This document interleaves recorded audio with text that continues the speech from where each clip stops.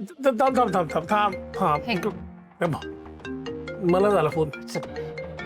हा आदित्य बोल. हॅलो बाबा. बाबा मला ऍक्च्युली तुमची मदत लागणार आहे. हा बोल ना.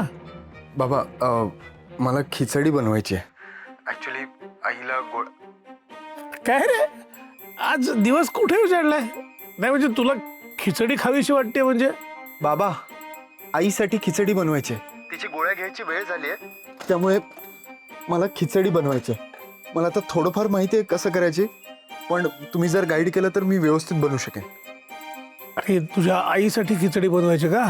हां हा मग तुला खास रेसिपी सांगितली पाहिजे. तू टेन्शन नको घेऊ, एकदम सोपं आहे.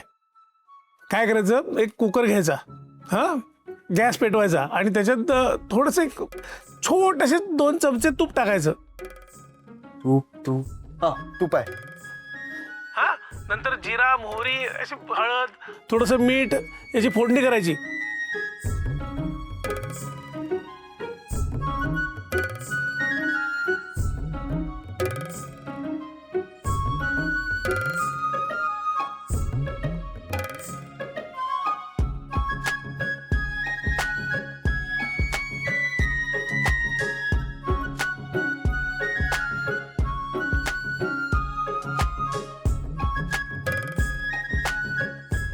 हा ठीक आहे. ओके ओके बस एवढंच ना. ठीक आहे मी करतो. All the best. हा ऑल द बेस्ट. हा थँक्यू सो मच.